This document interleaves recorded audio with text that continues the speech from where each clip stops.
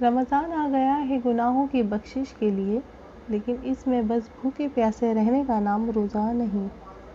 روزہ اس چیز کا نام ہے کہ انسان بس اللہ سے اجر چاہے، اور جب اللہ سے اجر چاہے گا تو پھر یہ کبھی نہیں کہے گا کہ آج تو روزہ بہت لگ رہا ہے، آج تو بہت پیاس لگ رہی ہے، آج تو بہت لمبا روزہ ہے، آج تو بہت ہی تھک گئی ہوں۔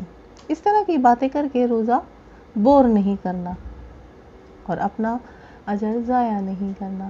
اگر کوئی پوچھے کہ روزہ کیسا جا رہا ہے تو کہیں الحمدللہ، اللہ کا شکر ہے۔ اگر رکھنے کی توفیق ہوگی تو اسی پر الحمدللہ۔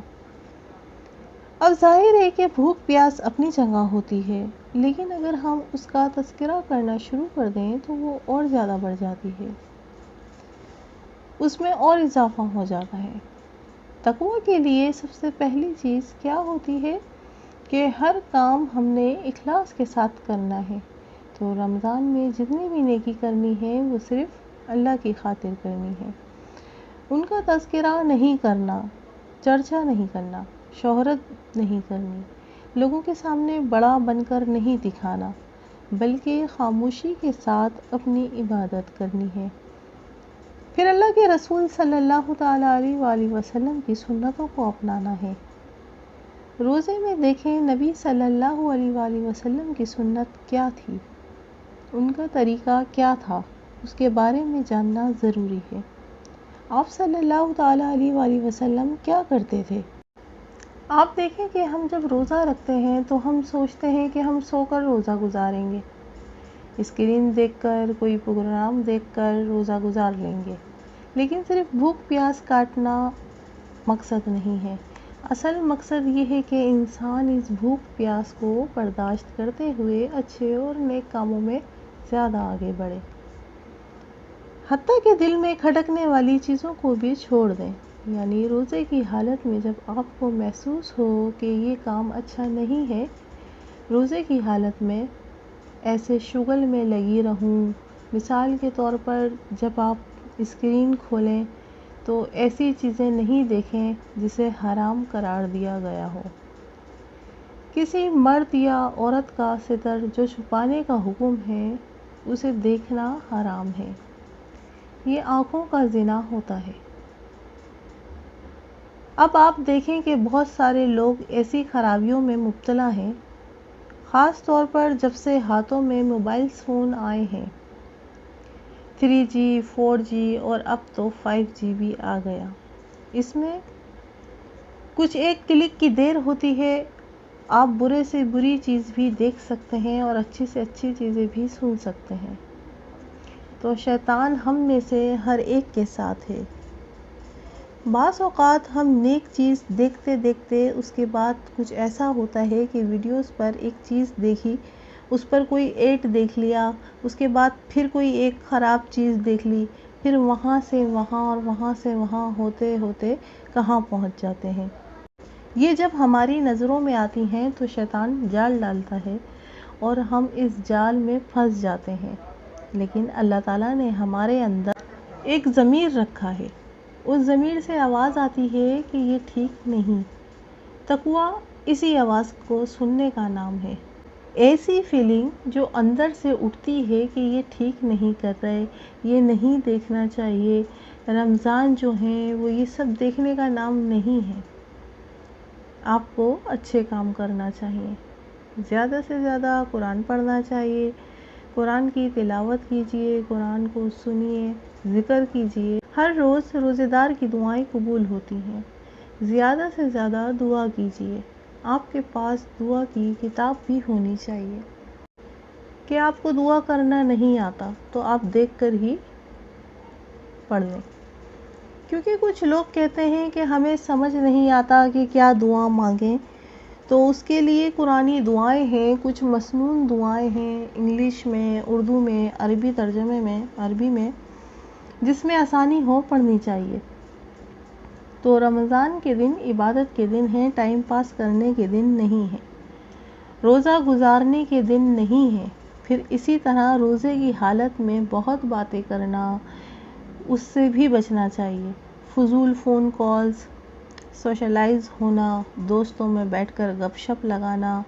کچھ لوگ رات کو جاگنے کی عادت بنا لیتے ہیں کہ سحری کر کے ہی سو جائیں گے، کھانے کا دور چل رہا ہوتا ہے، گپ شپ کر رہے ہوتے ہیں، تو اس سے بھی پرہیز کریں، اس سے ہمیں پرہیز کرنا چاہیے۔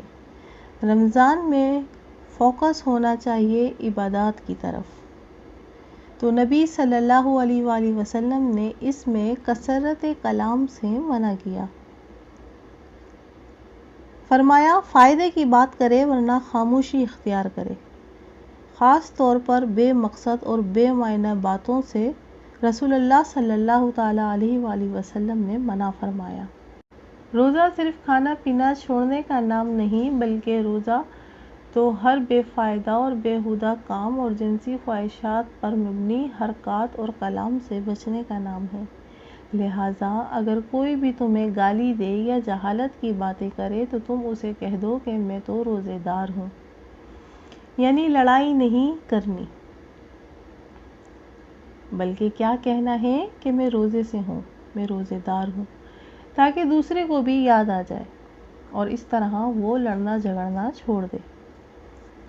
فحش گوئی، بدتمیزی اور گالی گلوچ یا ایسی ڈانٹ ڈپٹ جو انسان کی اخلاق کے منافی ہو، اس سے بھی بچنا چاہیے۔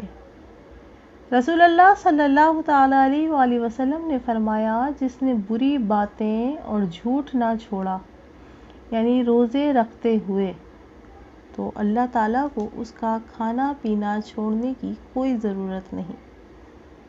اللہ یہ نہیں دیکھتا کہ کون کون بھوکا ہے، وہ یہ دیکھتا ہے کہ کس نے اپنی زبان کی حفاظت کی ہے، اپنے دل کی حفاظت کی ہے یا اپنے اخلاق کو بہتر کیا ہے۔ کیونکہ میں نے شروع میں عرض کیا تھا کہ اللہ نے رمضان کی آمد کا ایک مقصد رکھا ہے، اسے ہم پر فرض رکھا ہے۔ یہ صرف اس لیے سیلف امپروومنٹ ہے کہ میرے اندر تقویٰ آئے اور ہم پہلے سے بہتر انسان بن جائیں۔ امام راغب رحمۃ اللہ تعالیٰ علیہ کہتے ہیں کہ تقوی سے مراد نفس کی حفاظت، ایک ایسی چیز سے کرنا جو گناہ میں ڈالتی ہے، یعنی ہر وہ روزہ جس سے انسان گناہ کی طرف جاتا ہے اس کو بند کر دینا۔ جیسے شروع میں عرض کیا میں نے کہ آپ اپنے اسکرین پر اپنے موبائل پر